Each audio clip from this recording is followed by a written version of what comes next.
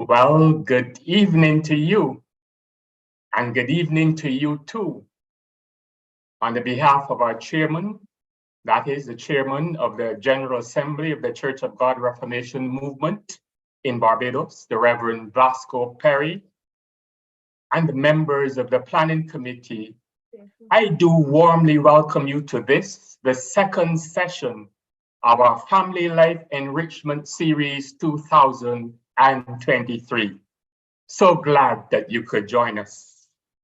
We started last Wednesday as we looked at nutrition, the Caribbean Way, led by Sister Marianne Burnham, and what a session we had. It was informative, it was enlightening, and it was educational. Tonight, we are going to be looking at relational expectations and understanding love language. Wow. I believe that tonight we are in for a cliffhanger. So fasten your seatbelts and hold on tight. I want to encourage you, though, to place all the questions which you may have pertaining to anything which is said, or indeed any other questions relative to the subject matter in the chat. And I am extremely confident that you will have your answers, your questions appropriately answered. Anderson Kellman is a counselor with Evergreen Associates. He is trained in individual and family therapy and is a former guidance counselor, having worked in that capacity both in Barbados and in Jamaica. Mr. Kellman also does extensive work with the public service through the Public Sector Reform Initiative.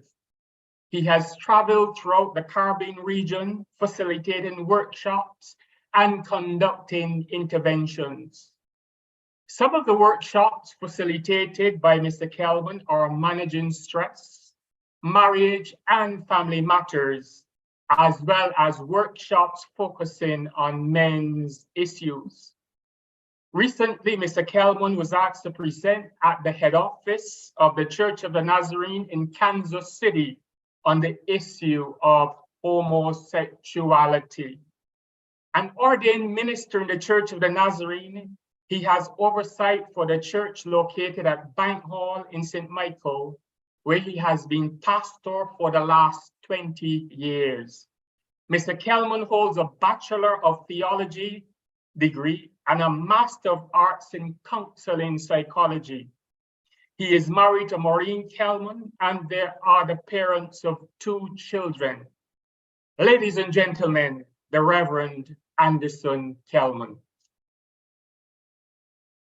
Thank you very much, Minister Bellamy, and thank you very much, Church of God Silver Sands, for inviting me to this session and to this series of seminars. I really appreciate being with you, and I want to say thanks as we get going this evening. Now we're talking about relationship expectations, and then we're going to talk about the whole idea of love languages. The minister says it's going to be a cliffhanger, and I hope it is a cliffhanger. So get ready for what I hope will be a very stimulating engagement. Now, feel free though to ask your questions. I'm told that they'll be relayed to me intervals so I can respond. I believe that tonight I want to have a kind of a conversational tone. So when you ask the questions, then it gives me a chance to be able to respond to you. All right, well, let me just show my presentation. Let's get going in terms of relationship expectations and love languages. I want to begin though by establishing what I deem the context of marriage. And I believe that for us to be able to speak about the whole idea of expectations in relationships, we need to understand the whole idea of marriage and the very significance of this union. Now, there are three very important dimensions that I think will set the context for this presentation. The first one is that we need to understand that the whole marital union or connection is really a very prominent one. I say prominent because Christ used marriage as the illustration to demonstrate his love for the church. And to me, that's a very high and noble reality. You know, he lifted marriage to me to a very significant place, because he said, you know, as husbands love their wives, so Christ loves the church. And to me, that establishes the prominence of this union. Interestingly enough, as I was preparing this presentation, I remember that Christ's first miracle occurred at a wedding, which seemed to suggest to me at some level that that marriage is a very significant institution in God's economy.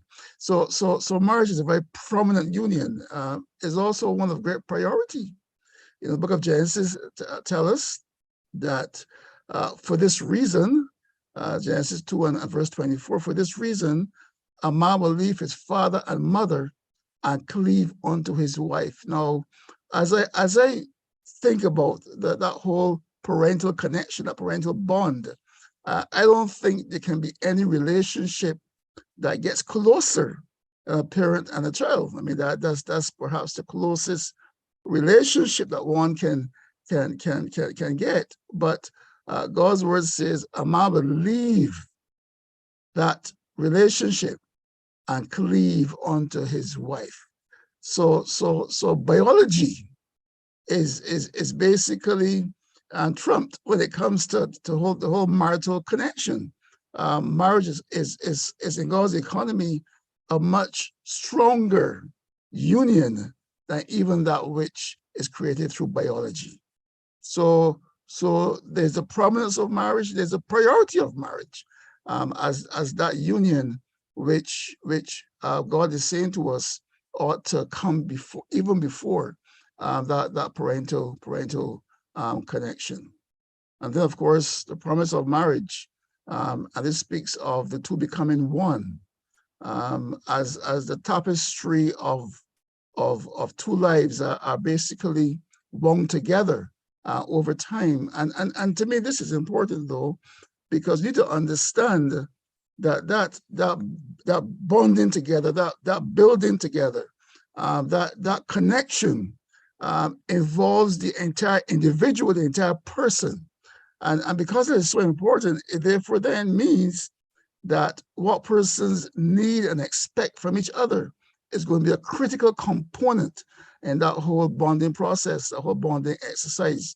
And it also stands to reason that if persons' expectations maybe are too high, or they're not what they ought to be, or the person doesn't have the capacity to respond to them, it means that bonding process is going to be very difficult, or maybe even could be a case where no real bonding takes place. So the context of this union called marriage is a very significant one. And we'll establish that, you know, as we get going. All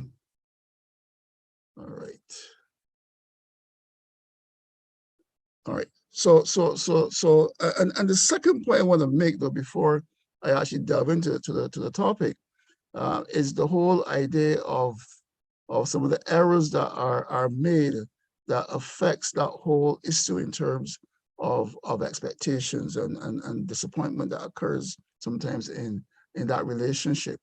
And there are three missteps that I want to kind of speak to, you know, in this presentation. The first one is that of courtship. Courtship is supposed to be a time where persons discover the other individual, their strengths, their weaknesses, their proclivities, their relationships with their parents even. Courtship should be a time of observation of your partner, how they get along in terms of their family life, how they spend their money. Courtship should be a time of getting to understand the other person. But sometimes courtship becomes a very ineffective process because that deep understanding does not always occur. And sometimes it doesn't occur because persons may be very, to themselves, not very expressive.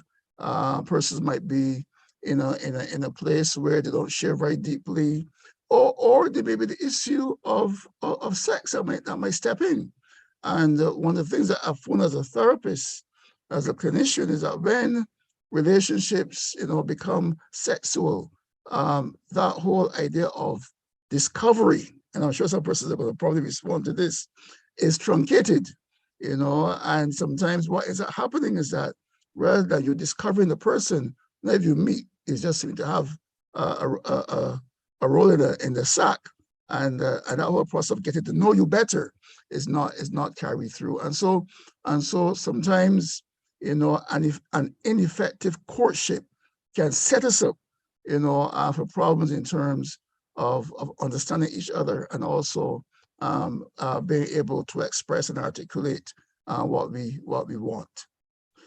Sometimes there's the issue of counseling, and let me just say to all of you that counseling should not begin after you've paid for the cake, booked the guest house, have been measured for the dress, and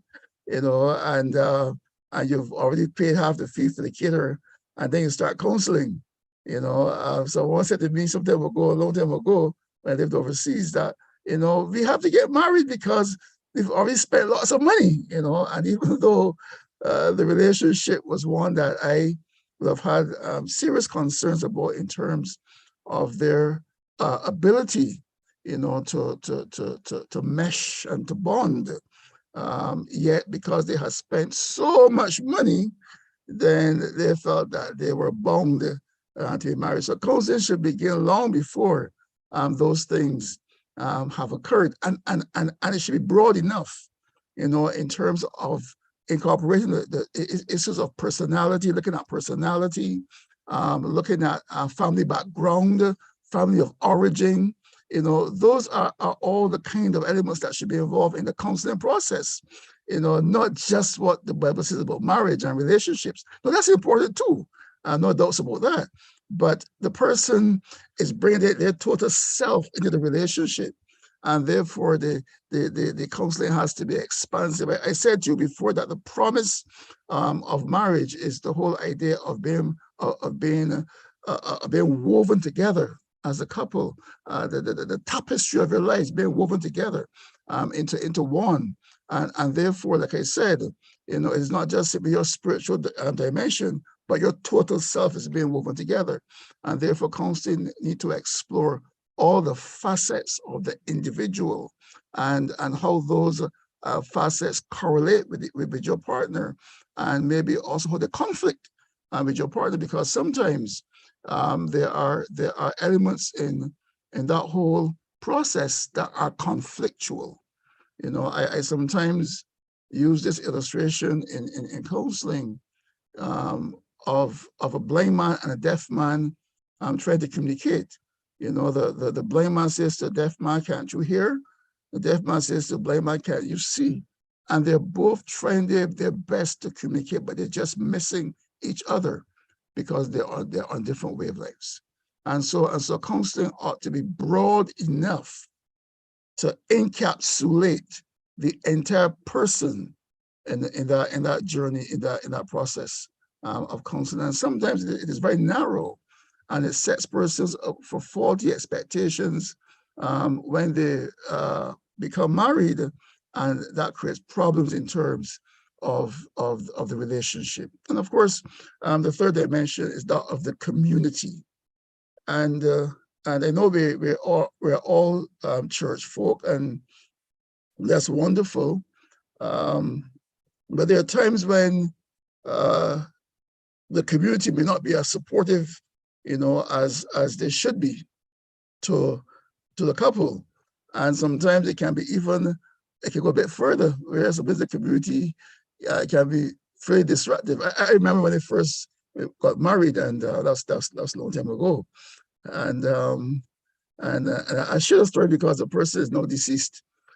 But someone went to my wife, a goodly sister, who I'm sure she felt that she was doing something that was good, and she said to her, I want to tell you something though. I know you're getting married and you're marrying a pastor, but let me tell you something.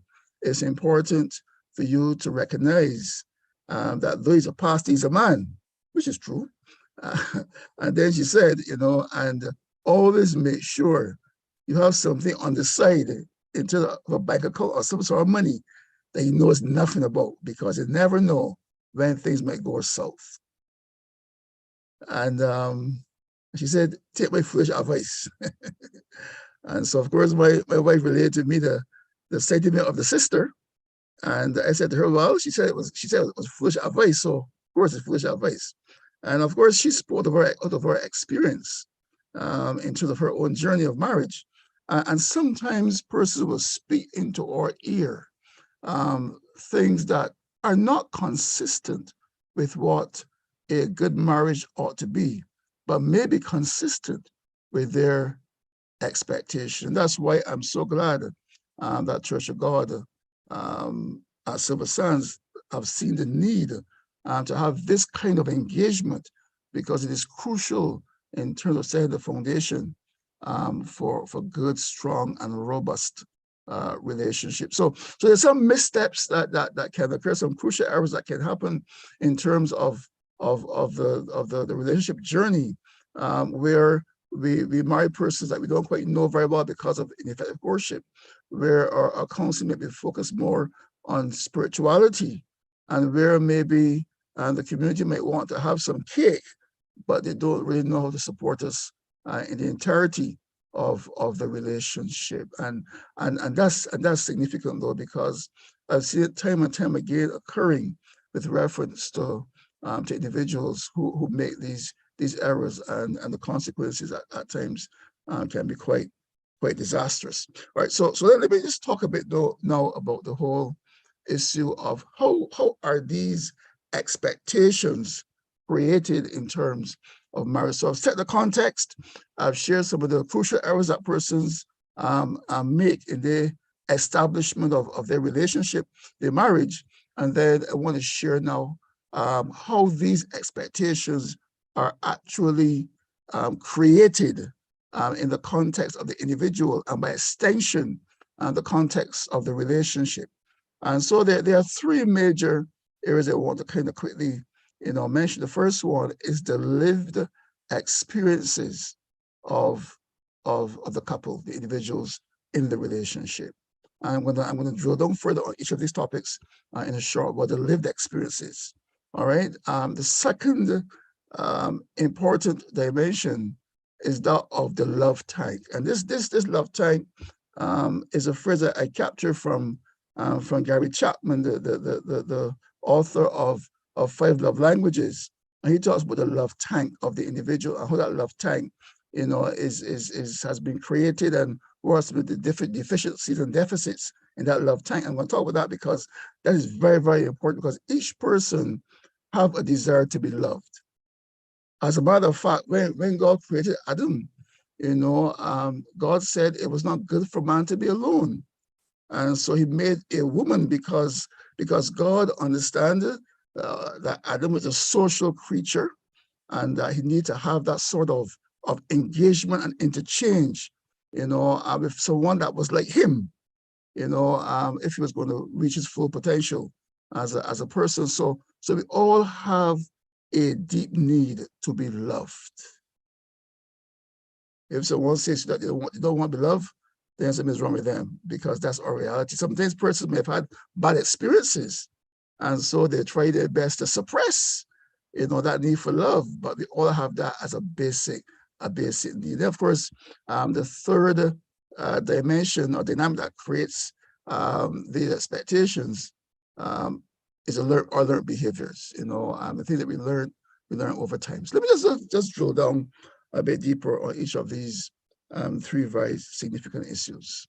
All right, so our lived experiences. The first one I want to kind of speak to is the parental model. And I want to suggest, and we can discuss this, that oftentimes our relationships become extensions of what we see modeled in our homes. Someone was saying, but that can't be true because my parents had an off relationship, and I don't ever want to have a relationship that at all.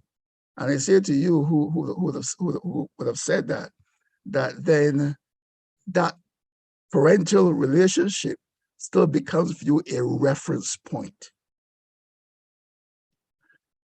And sometimes what happens though is that even though we don't want our relationships to in any way resemble our parents' relationship, sometimes if you really take a good hard look, we'll recognize that there are some elements that are in evidence in terms of how we relate to our partners. And when we talk a bit later about the whole issue of love time, we'll talk about, or rather, about the whole idea of communication, and we'll talk about the whole idea of the interjection in terms of how we as persons sometimes learn behaviors in a very unconscious way, and then we manifest those behaviors in our own world, our own reality. So the parental model. I once asked a young man who was getting married to take a look at his wife's mother, and I told him, in about 40 years or so, chances are your wife will resemble how she looks. Whereas he hit the roof because, he couldn't see it. But I've lived long enough to hear him say, you're right, all the different issues that her mother had, she now is beginning to experience. And so the parental model, how your parents related to each other, the kind of the quality of the relationship, or lack of quality, will become for those of us, for the children, an example or model which sometimes become evident in our own relationships. And I want to say to you that when children are exposed to issues of violence and abuse, and that's going to come a little bit later on, that they are 4 times more likely to repeat those same issues in terms of their own relationships. And I'm going to talk about the whole idea of attachment and bonding, because that's a very significant force in terms of the whole idea of building expectations in relationships. So the parental model, that's the first one in terms of the experiences. The second one is a parent and child interaction. We understand the meaning of relationships based on how our parents engaged us. As a matter of fact, the parent-child relationship becomes that which is the basis for all other relationships. So parents represent in our families the executive of the family, and how parents relate to children becomes the reality for that child's life. So if the parent was someone who was very harsh and callous with a child, then chances are that child is going to learn to be harsh and to be callous. If the parent was someone who responded to the needs of the child, then the child will become very responsive to the needs of others, and the whole idea of Ariston's laws and internal trust versus mistrust, all that good stuff, is bound up there. And so the parent and child relationship becomes ingrained as the basis, as the prototype for other relationships. So let's say, for example, that a child grew up in a family with parents who were very abusive to that child. The potential exists that when a child has their own relationships, that they can be potentially abusive as well to their partners. And you might say, but Pastor, doesn't the blood of Jesus Christ change that? Does that blood not wash away, those behaviors, those attitudes? Yes, the blood of Jesus Christ can, as long as we are intentional about allowing that blood to change us in a total sense. But I tell you, and I speak based on my own journey as a therapist, that oftentimes you can have individuals who are wonderful Christians, but very, very poor in terms of being a spouse.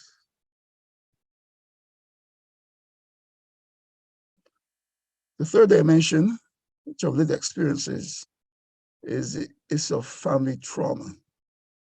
And I alluded to it earlier, as when I spoke about the whole idea of things like abuse and violence in the family. When I spoke about things like children feeling as though that they're being emotionally or physically hurt in some manner, where there's fighting in the family, where there is psychological damage, name calling, where families are constantly moving. There's no rootedness. Those are all kinds of traumatic situations that can impact a child, impact the bonding process, and therefore become a feature in their expectation in terms of the partners. Let's say, for example, there's someone who has had a lot of trauma in their family, and so they have a sense of fear, then they can very have the expectation from their spouse as someone who will protect them, who will cover them. And that protection, may be such that that individual finds it hard to have a voice. And that kind of interaction can become very abusive, because they lack voice, they're fearful, and therefore their partner, if their partner is always looking for control, can then create that dynamic where they become exploited. So family trauma becomes a very important element that ought to be probed in counseling, because it can show itself up in the actual marital dynamic. So the lived experiences of the individual in the relationship that can set them up for different kinds of expectations of their partner. Reverend Kellman, before you go on, mm-hmm. In terms of the parental model, I am sure that we have heard about the instance where there was this lady who, this married lady who was doing some meat, and she had cut I think it was a turkey and chicken in half, and was baking the turkey. And when she was asked why she did it, she said she saw her mother doing it. And the reason why her mother was doing it was because the pan was too small. Mm-hmm. So the pan that her mother used mm-hmm. was not able to hold the entire bird. And so that is something that she would have seen her mother doing. And probably she thought that was the way that it should be done. Right.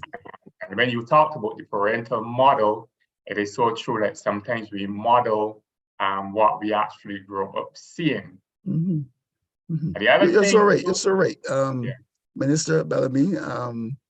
And it becomes a very unconscious reality. We don't think about it; we just do it.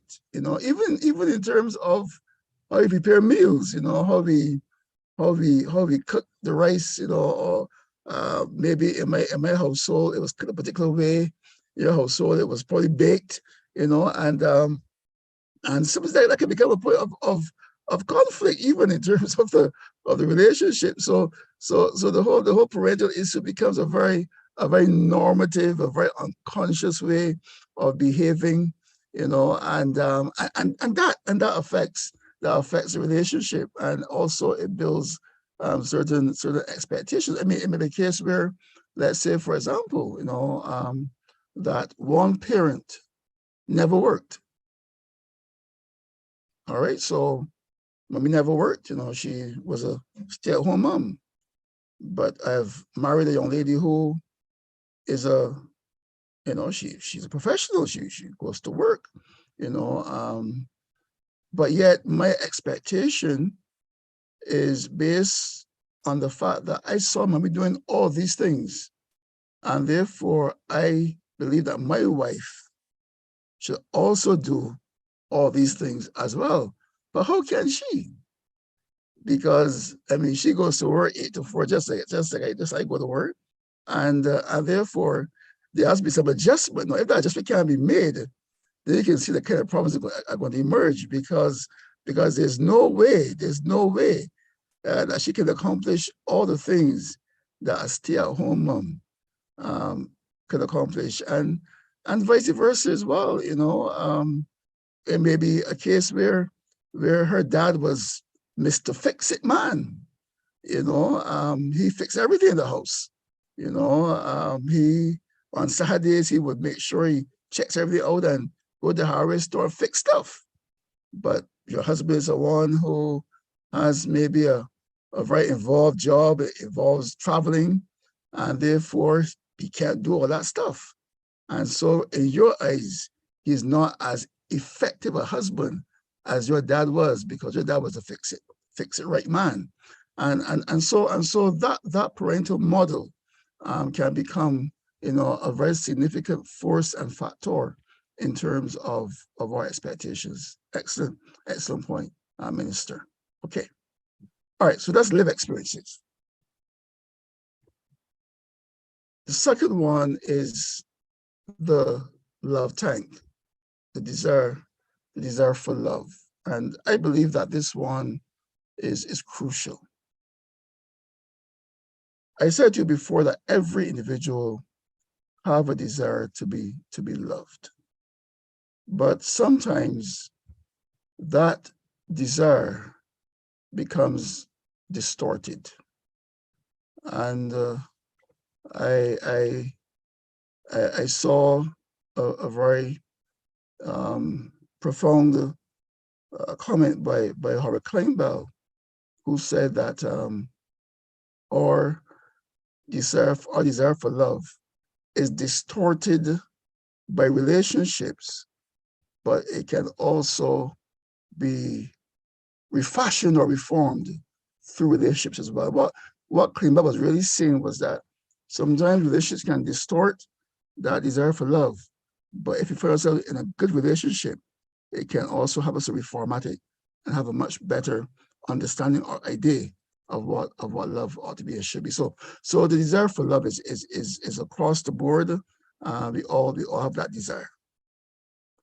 Now, how that love is understood and played out is dependent on a very significant part of our lives, our early lives, where we develop what we call an attachment to our caregiver.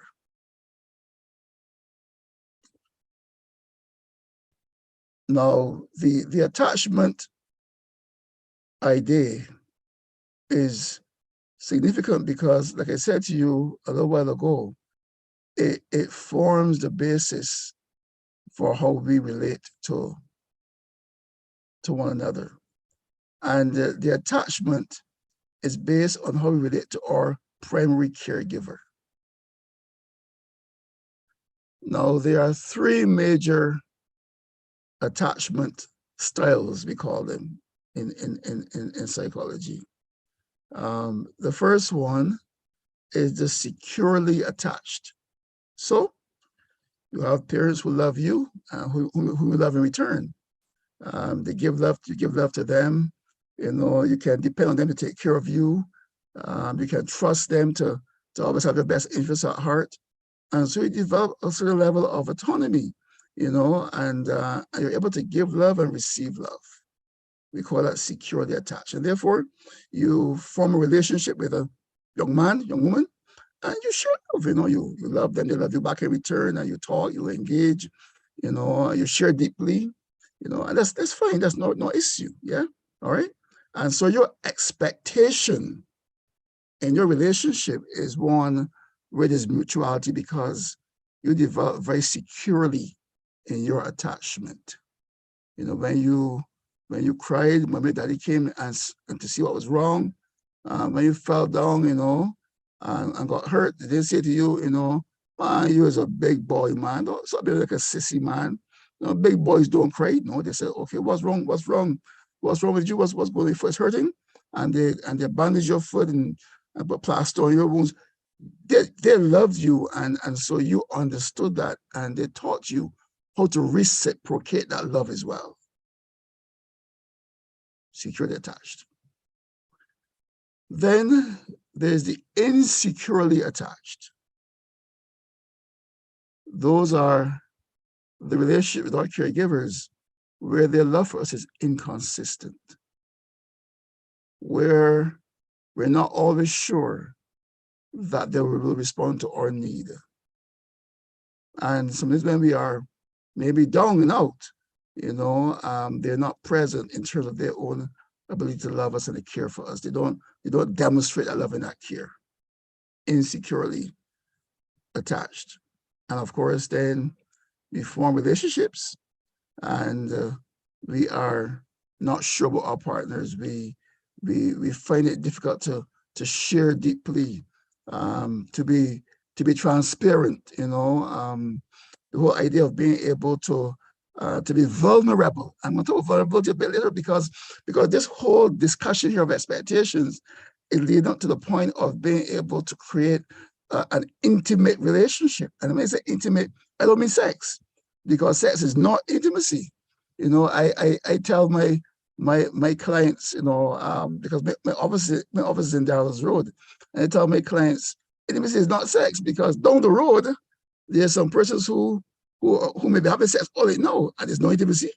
I'm talking about what the Garrison say, So intimacy is not sex, right? But this whole discussion is leading to an understanding of what an intimate relationship really is about. So the insecurely attached, they're fearful of being known because their attachment with their caregiver was not one that they could depend upon.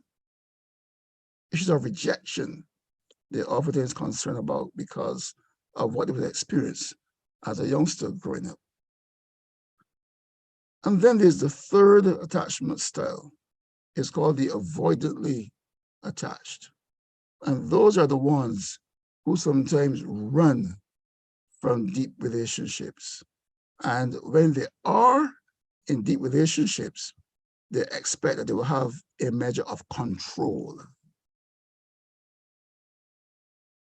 I'm sure you've heard persons talk about individuals who have control issues. Persons who like to be in charge, they can't deal with being vulnerable. They must always have the last word, the last say, because they must be in control, in charge. And oftentimes those persons are avoidantly attached, and they don't trust very, very much because they believe that they can easily be hurt, and therefore they try their best to always know and to always be on top of things.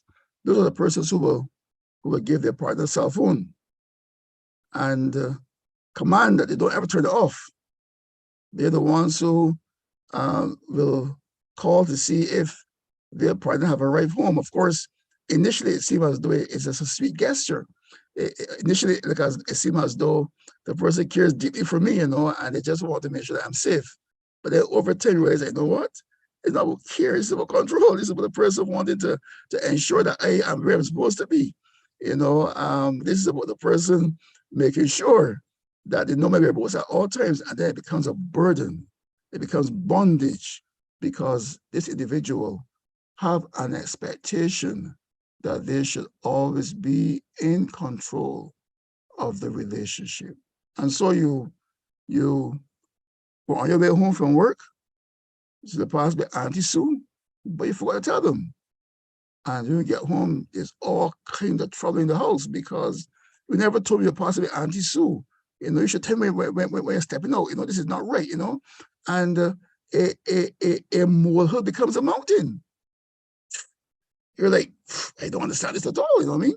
Because there's the element of control.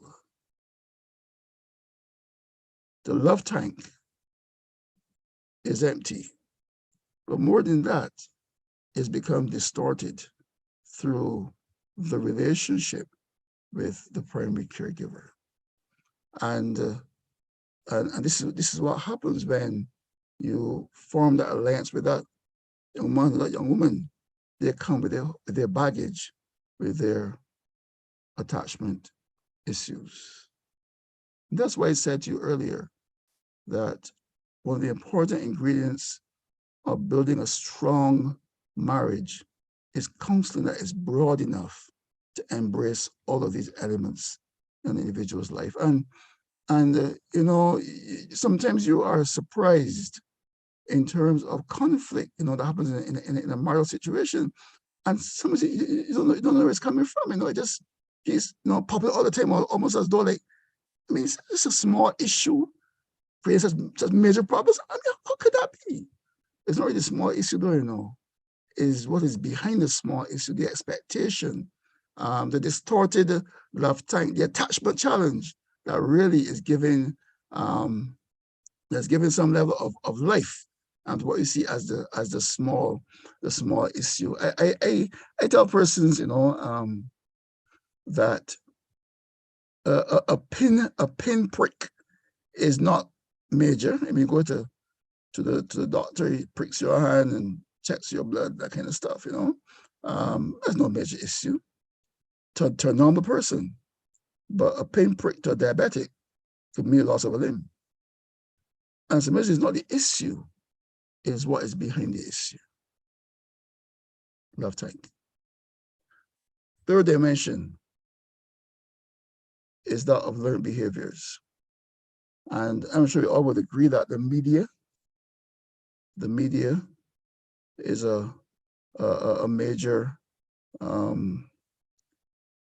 culprit, use that word advisedly, in creating for couples expectations that don't exist. Media presents relationships as being, things that are always celebratory. It doesn't ever talk about the hard commitment that has to occur in relationships. It doesn't talk about the fact of when there are difficulties, how to navigate through them. It shows the couple as being always happy, always at dinner, always having a good time.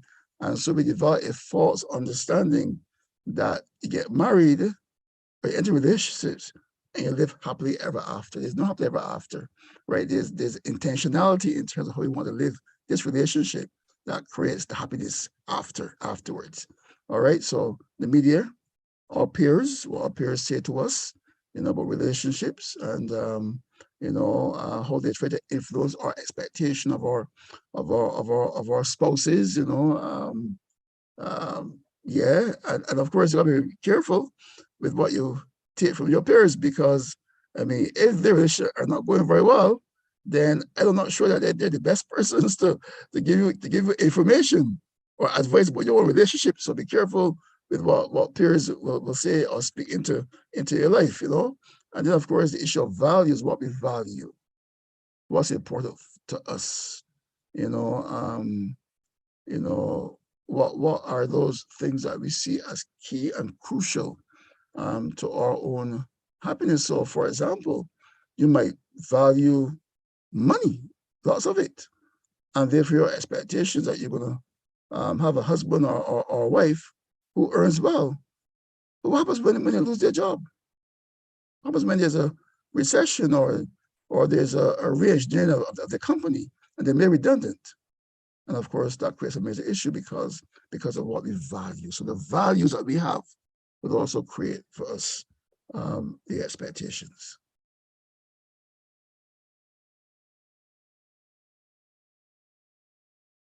And then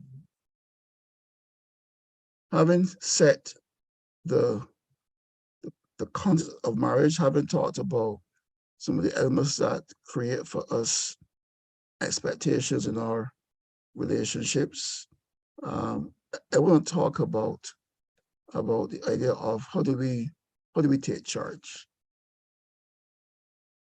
And I'm sure you've heard people say to you that I like him, or I love him, but I'm not sure I'm in love with him anymore. I'm sure you've heard that. Someone says to you, we used to be in love, but now I'm not sure if I really love him that much anymore. And sometimes, this in love thing, this in love feeling or experience becomes the dominant force in determining the longevity or the life of the relationship. And I talk about being in love rather than versus being loved. One is based in emotions entirely. The other one is a commitment to share one's journey with another. And we're going to talk about that shortly. And I want to kind of think about this a bit though, because I'm sure that many of us have heard or may have even said, I'm not in love with him anymore. I'm not in love with her anymore. I like them more, or I care for them deeply, but I'm not sure that I'm in love with them. I want to suggest to all of you who are here on the chat that in love feeling sometimes will only last a year or two, perhaps 3. But when one gets into the nitty-gritty, the rubber hits the road, the issue is not just the emotional reality.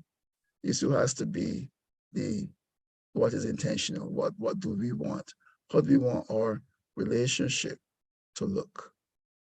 And I argue with clients all the time, that if you could be in love before, you can learn to love again, as long as there is intentionality in what you're seeking to achieve.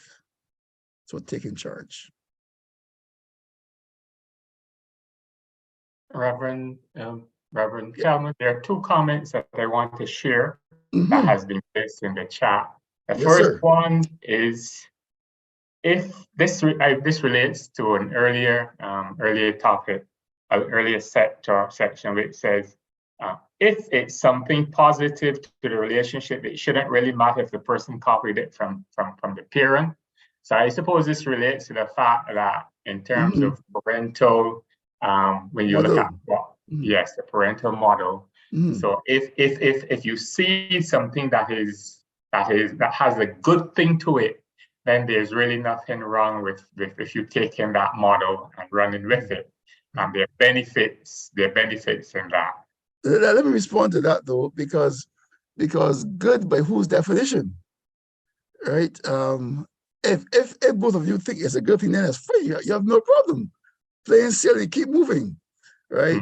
But what if it becomes something that your partner don't think it's good? Let's say, for example, that you, your family of origin, where you came from, your parents, you always contributed to the household. You always give maybe, I don't know, $400,000 every month to help with the household. And now you have gotten in relationship, you're getting married. Now you think that's a good thing, but your partner sees it as a hindrance to acquiring your own home, in a short time.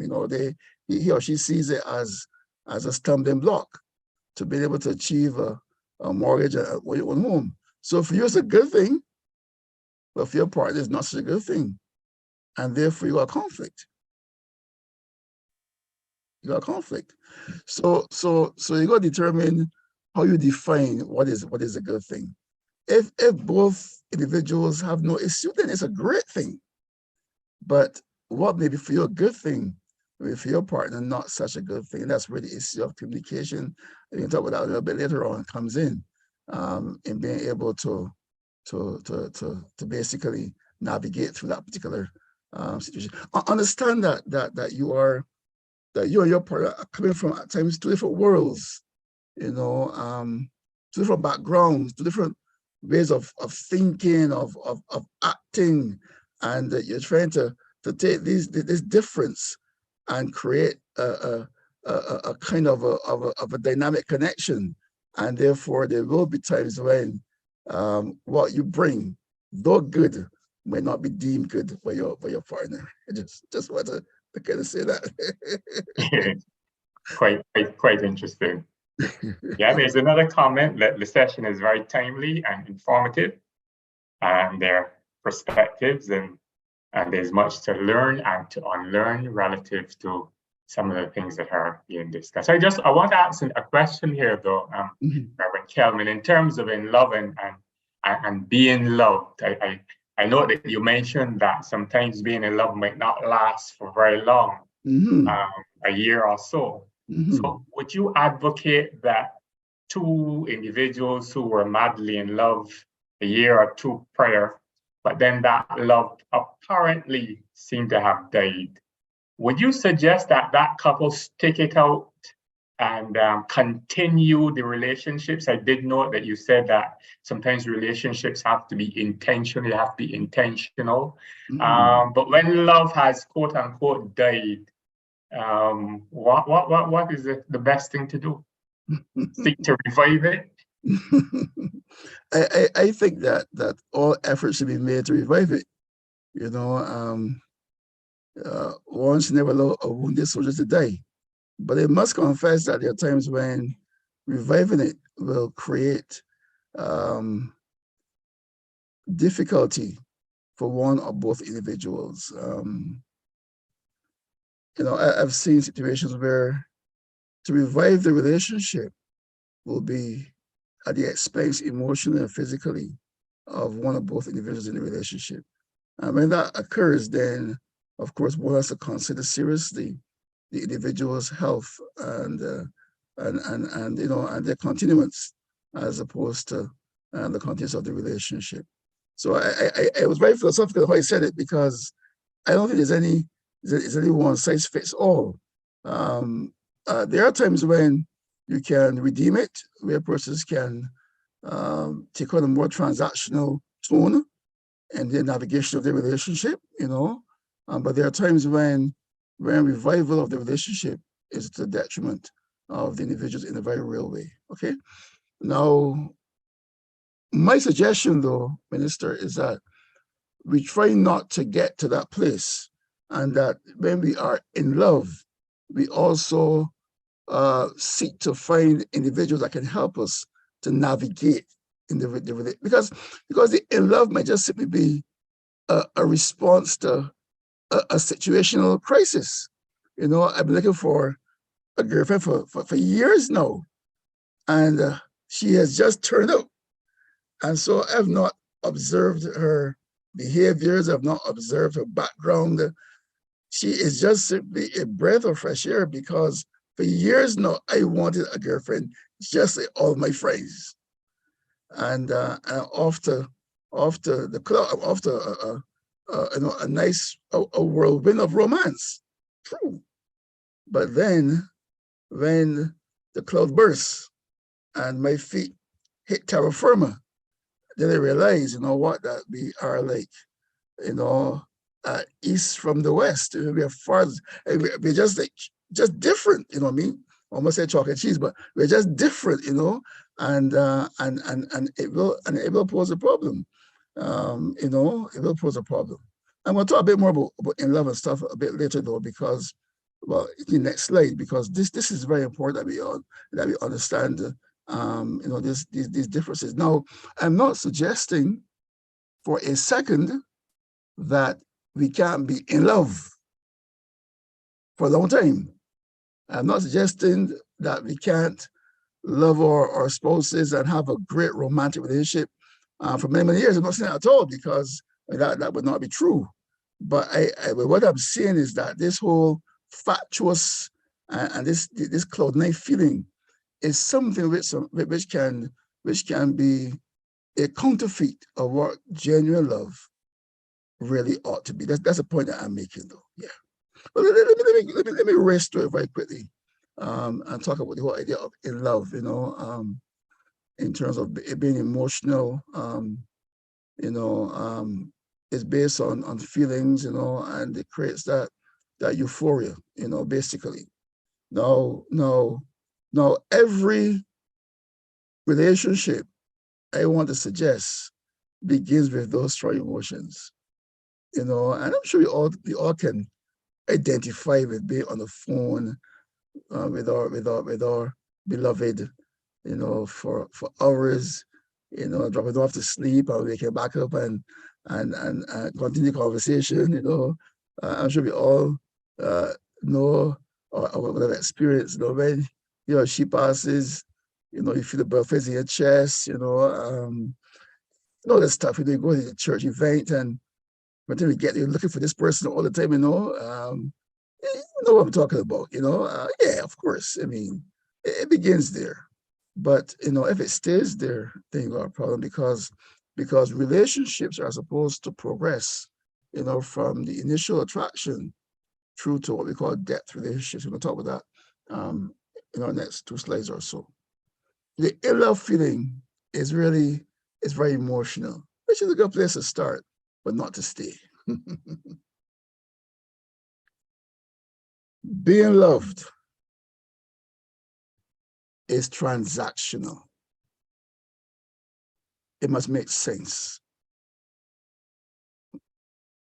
Being loved or loving someone must be based on one's need set and the other person's ability to meet some of those needs. We all have needs, yeah? And a relationship exists when there's a crossover in terms of my needs and her needs being met by each other. No, not all the needs, because no one can meet everyone's needs, but there must be some sense whereby she meets my needs and he meets my needs as well as some of those needs.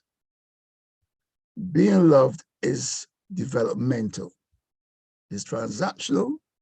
It's based on needs. And let me say this to you guys, let me to those of you who are in the chat. If there's someone that you are connecting with and it's just a good feeling, but there's no need satisfaction, you gotta watch that. That's something that you be careful with. Yeah. It must be developmental. Relationships are organisms. They grow and they develop. And your expectation of your partner will change over time as well. As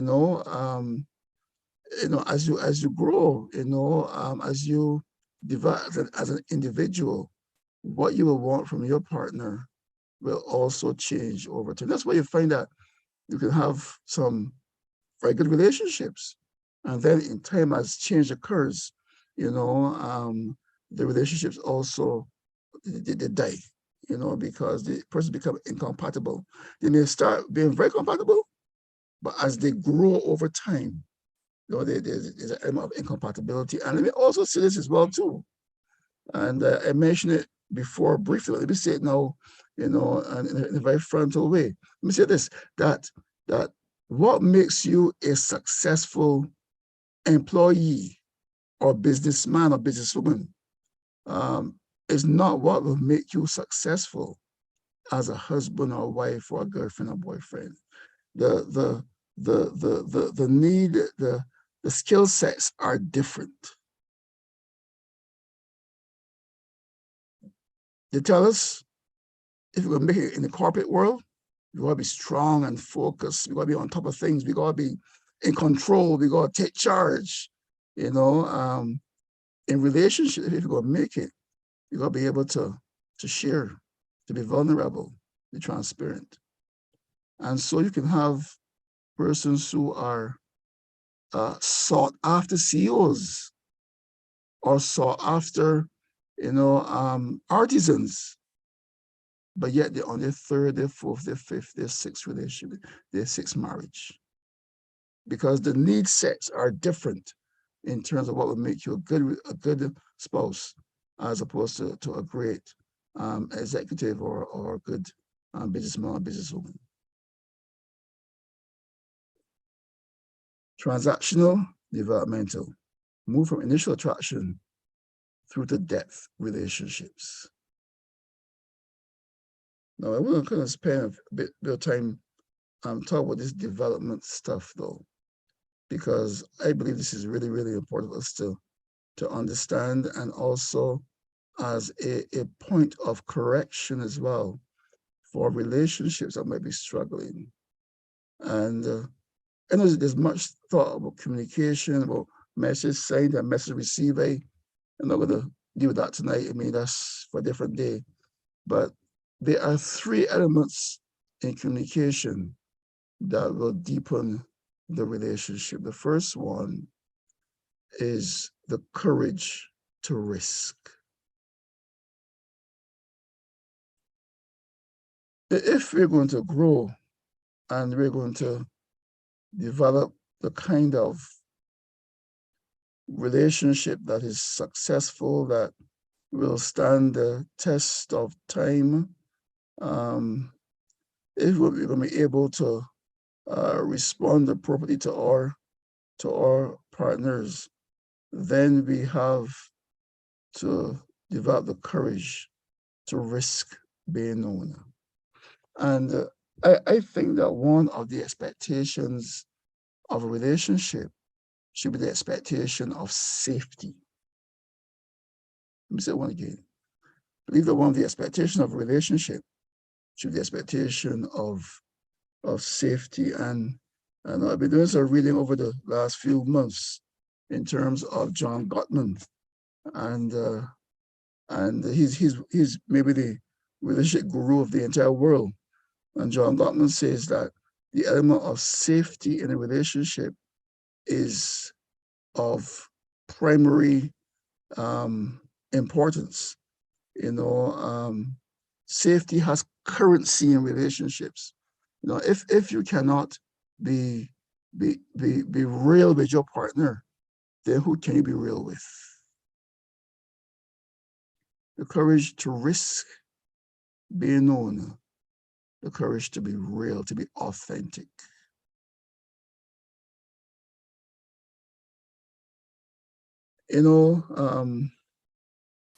There person who always asks me, how much should I tell my spouse? How much should they know?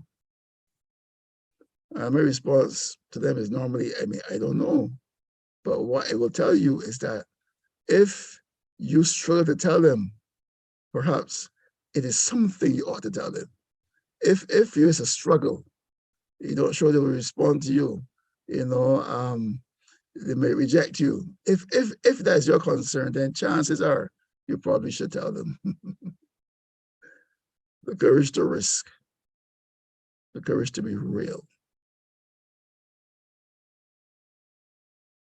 Can I ask something, Reverend Kellman?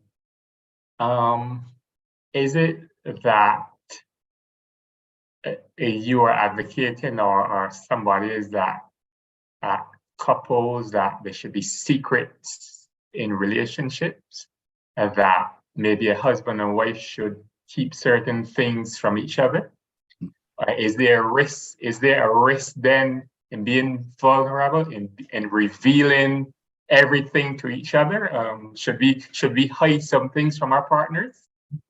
I think you're asking a question that has baffled the best minds for a long time. I always, my response is always, if you have to intentionally hide it, then something is wrong, right? I don't think one has to give their partner a dossier of their entire lives. I mean, to me, that doesn't make a lot of sense.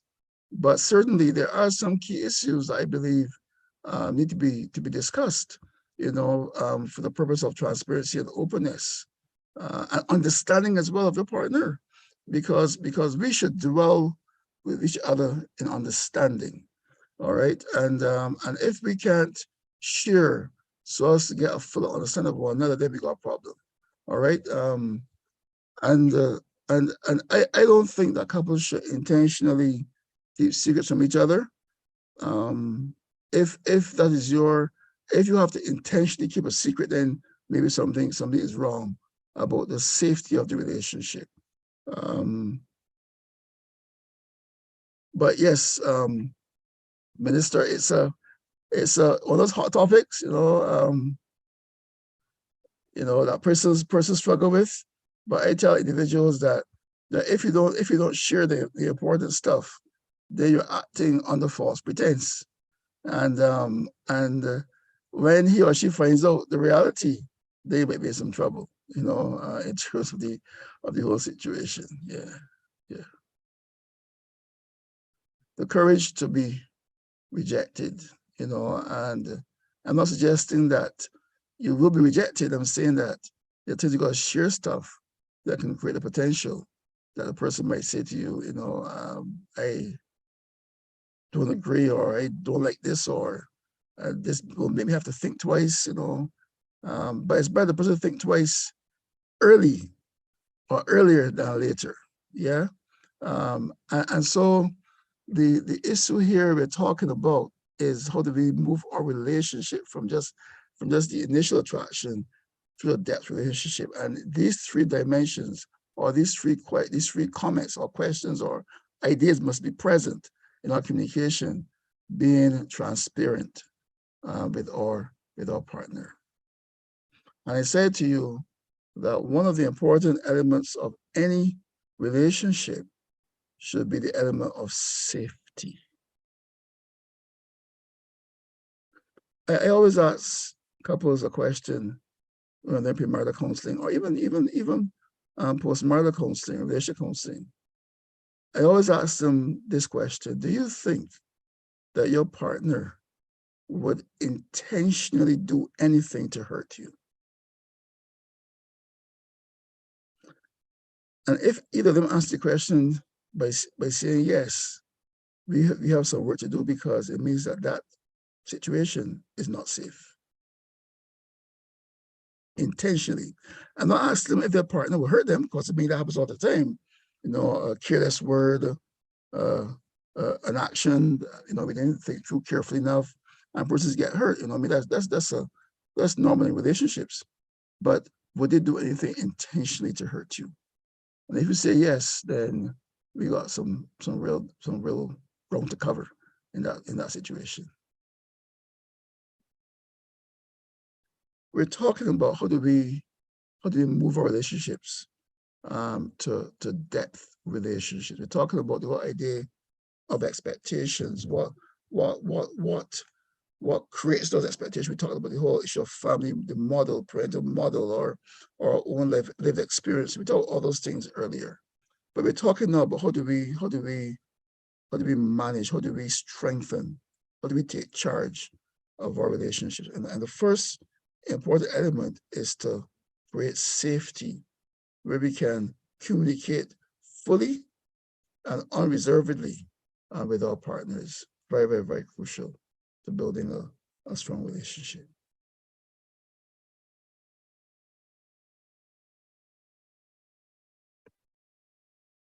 Those three elements I mentioned before are crucial because they are the building blocks for intimacy.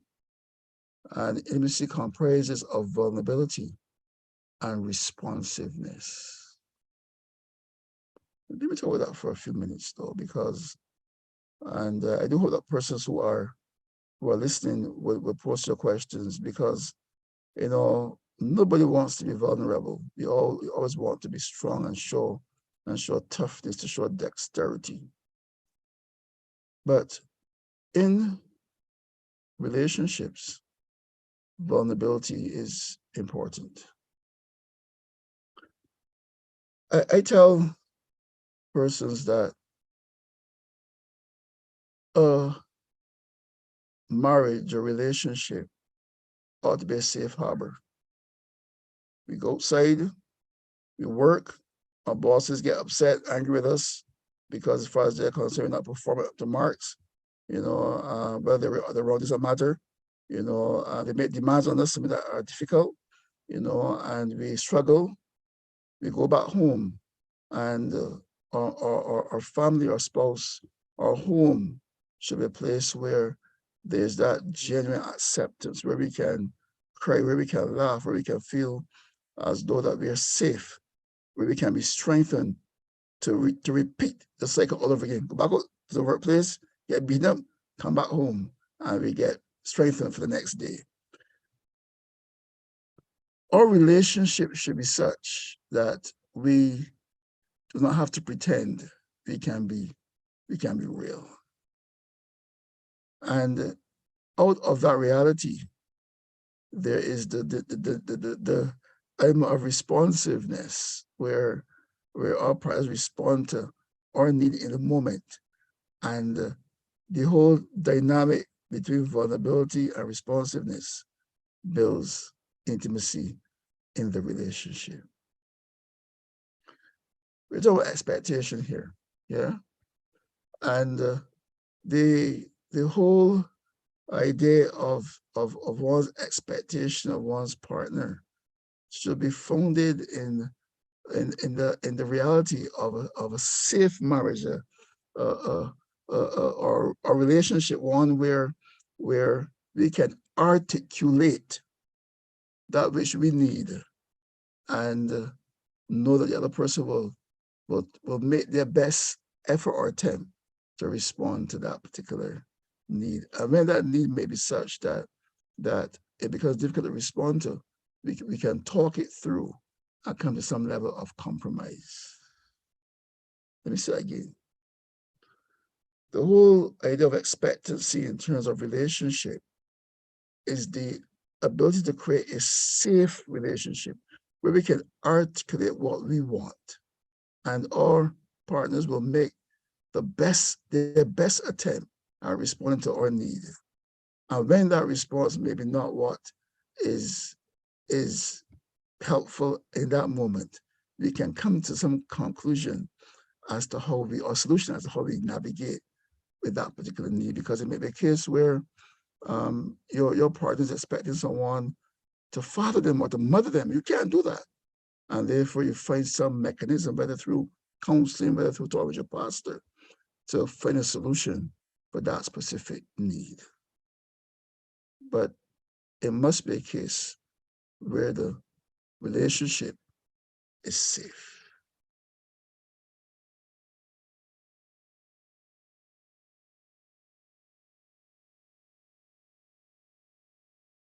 I want to make a few quick comments, though, in terms of the whole idea of vulnerability and responsiveness.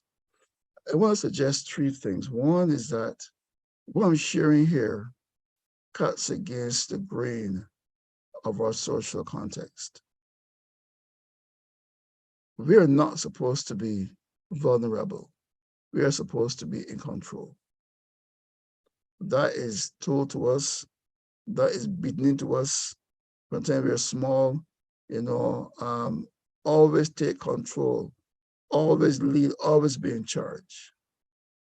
But I'm suggesting, though, that to build a strong relationship, that vulnerability is an important dimension.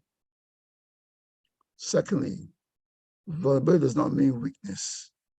What it means is being able to allow yourself to be seen and felt by your partner in an unpretensive way. The world doesn't care about whether we are hurting or not, for the most part. All the world cares about is that we do what we're supposed to do and get the result we're supposed to get. But our relationships that are intimate should care about us as an individual, as persons.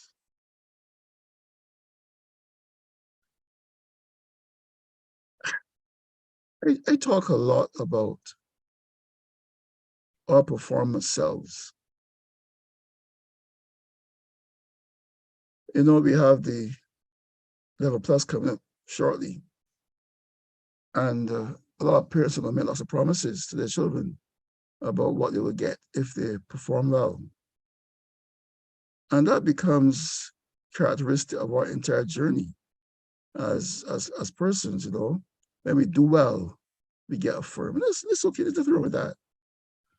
But there's a part to all of us that is not based on performance, but it's based on who we are at core. And sometimes that part is never developed, only the performance element of ourselves. And so when our performance is not what it's supposed to be, when we fail, we flounder on the rocks of depression because we're not performing. I'm talking here about stripping away that performance and allowing the person that you live with, that you love, to see who you are and to love you just the way you are. And for some persons, that's a corrective experience because that's what is supposed to happen as children. Our parents are supposed to love us into who we are. You know, doesn't matter, you know, how well we do or don't do for that matter. We are supposed to be loved by our peers, but sometimes we are nurtured into believing that our love is only given when we have performed. So we never reach intimacy because we can't be vulnerable, we must always be performing. What I'm suggesting here, folks, is that if we're going to build strong relationships, then we must be able to unmask the performance and let persons see us, to our relationships, for who we are. And the third principle is this, though, that vulnerability allows us to grow because it helps to see ourselves as we are. And therefore, we are able to pray and make the kind of changes that are important for our own personal growth and ultimately for the growth of our relationships. Reverend Kellman, you know, there's a well-known saying that a woman will marry a man hoping that he will change, but he never does. And a man will marry a woman hoping that she doesn't Never change. changes. But she always do. She always does. So I believe that sometimes the danger that we might have is hoping that somebody will change for who we want them to be. I think it's so very important that we learn to accept individuals for who they are. Of course, I believe that there are some things that we would like to see happen differently. But when you speak about vulnerability and you speak about the individual being who they are and letting our spouses see who we are, the real who we are. But then sometimes it's a dangerous thing. It's almost wishful that we want people to be who they are not. Right. So I think if we fall in love with somebody, even though there might be some things about the person that we do not like, I think that it might be a bit dangerous to try to forcibly change that individual. Yeah, I think you're making a really, really strong point there, though.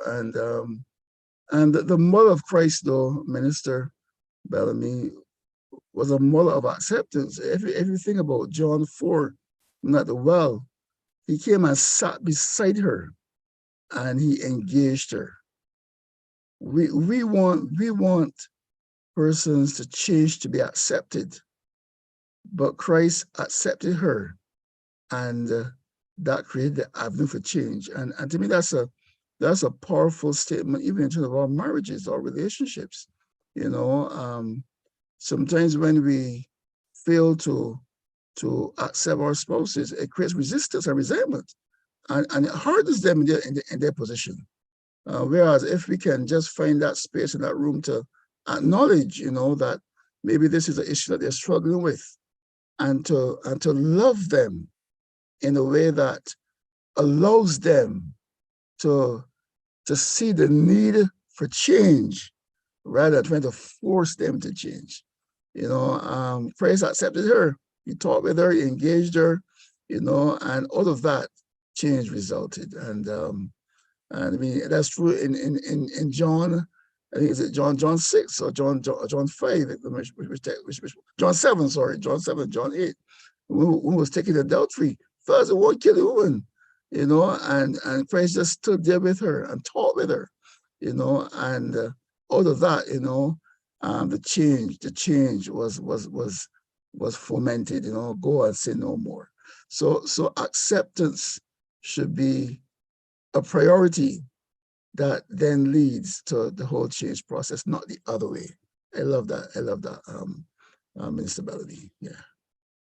So we've set the context. We've talked about how do we take control of our relationships. We talked about the whole idea of it being transactional. We talked about the fact that relationships should grow, develop from just initial attraction through to deeper relationship. We talked about the whole idea of building a safe zone, literally, in our relationships where we can share openly, honestly, the things that concern us and find mechanisms for resolution.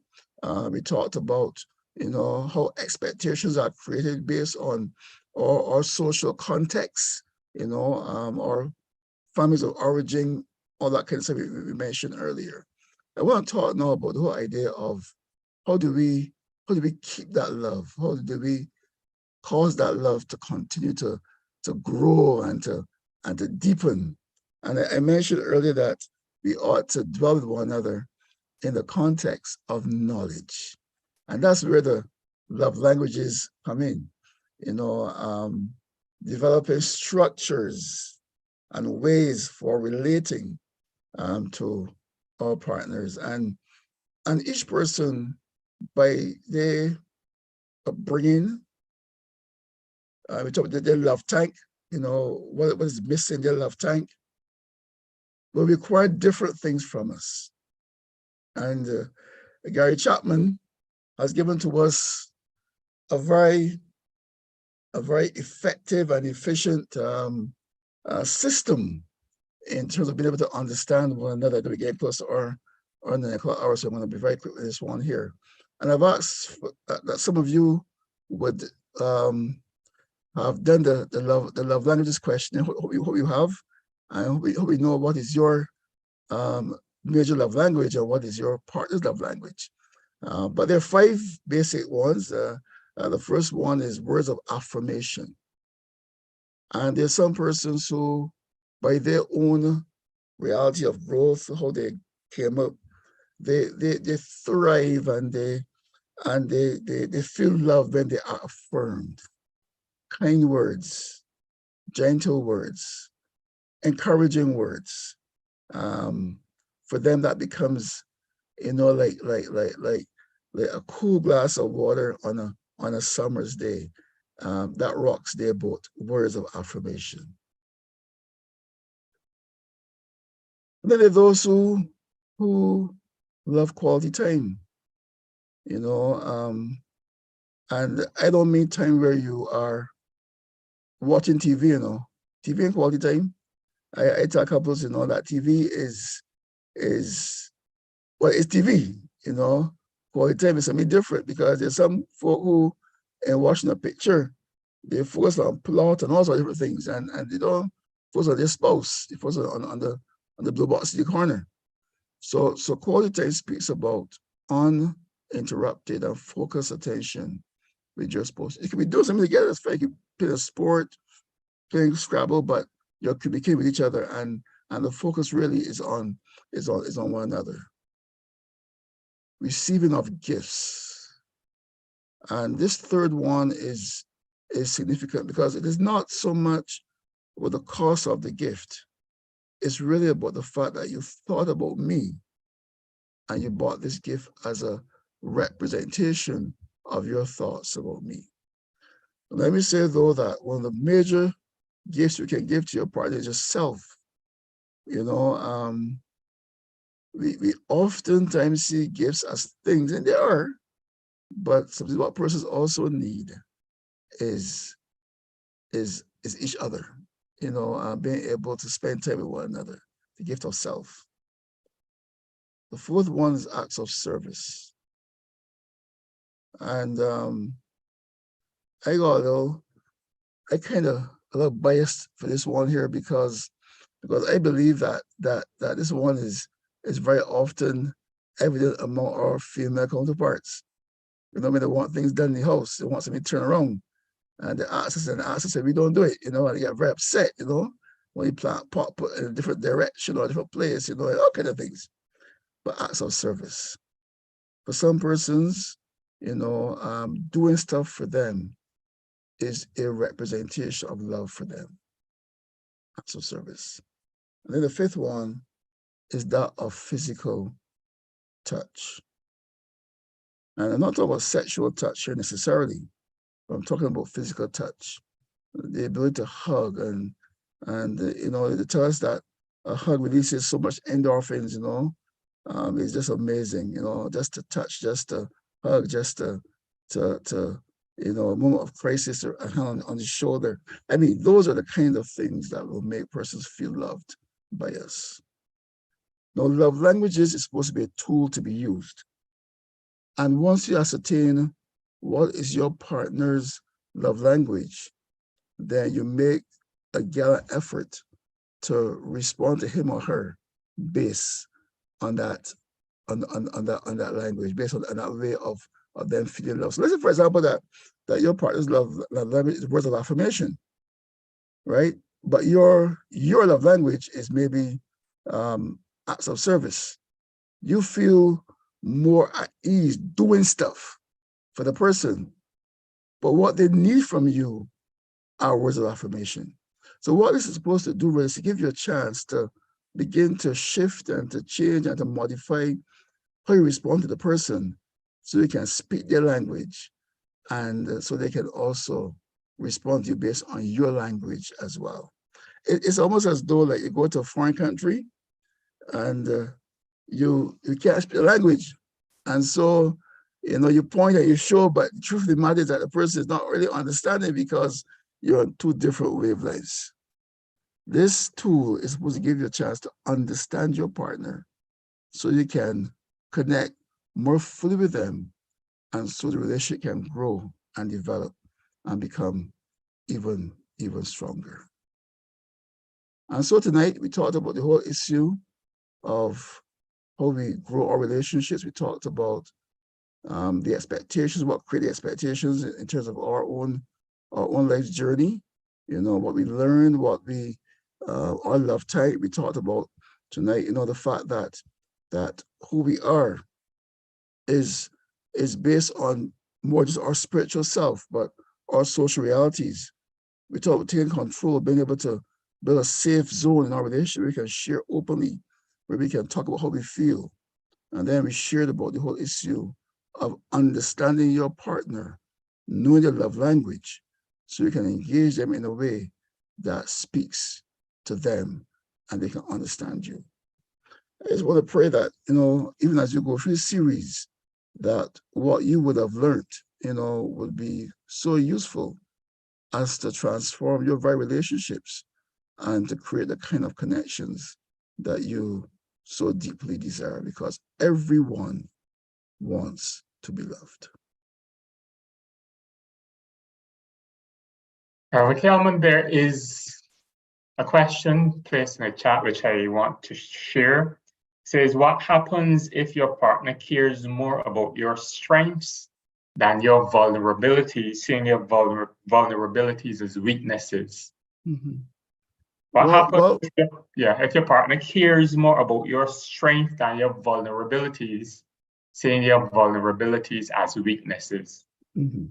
That's a good question. And I would say though that we are a radical whole. We are total self, and to keep one part, you know, the other is to reject the person.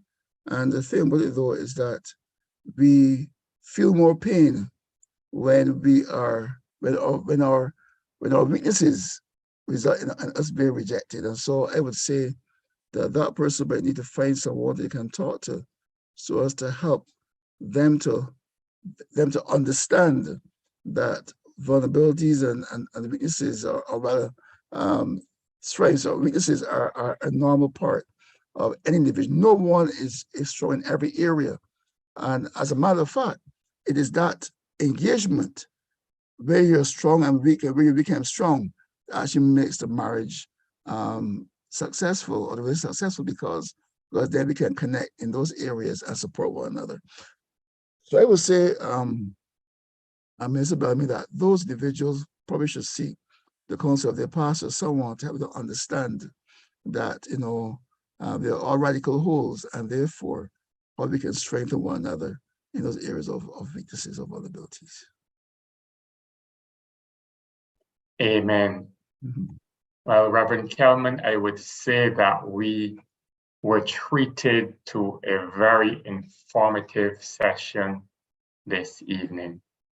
You shared so much with us, and we are living in an age where too many Christian marriages are ending up in the wrong way. I believe that there are so many Christian marriages that are ending in divorce, where there are difficulties in relationships. And I agree with a comment which was made in the chat by one person who said that this session tonight was timely and informative. I want to thank you for the perspective. We've learned a lot tonight. And so the thing about it is that after we have learned what, I would suggest that the next step should be to take action with what we have learned. A truly very dynamic session, a session which we can take away so much from. And so, Reverend Kellman, on behalf of the chairman of our General Assembly, the Reverend Vasco Perry, on behalf of the planning committee of this Family Life series, I want to express our real thanks, our gratitude to you for the time and for sharing of your wealth of knowledge with us. So many takeaways tonight. We want to truly thank you from the bottom of our hearts. And for the audience, we want to thank you for staying with us, for joining us. We want to thank you for being here. And even as we look towards our next session next Wednesday, when we'll be putting mental health under the microscope.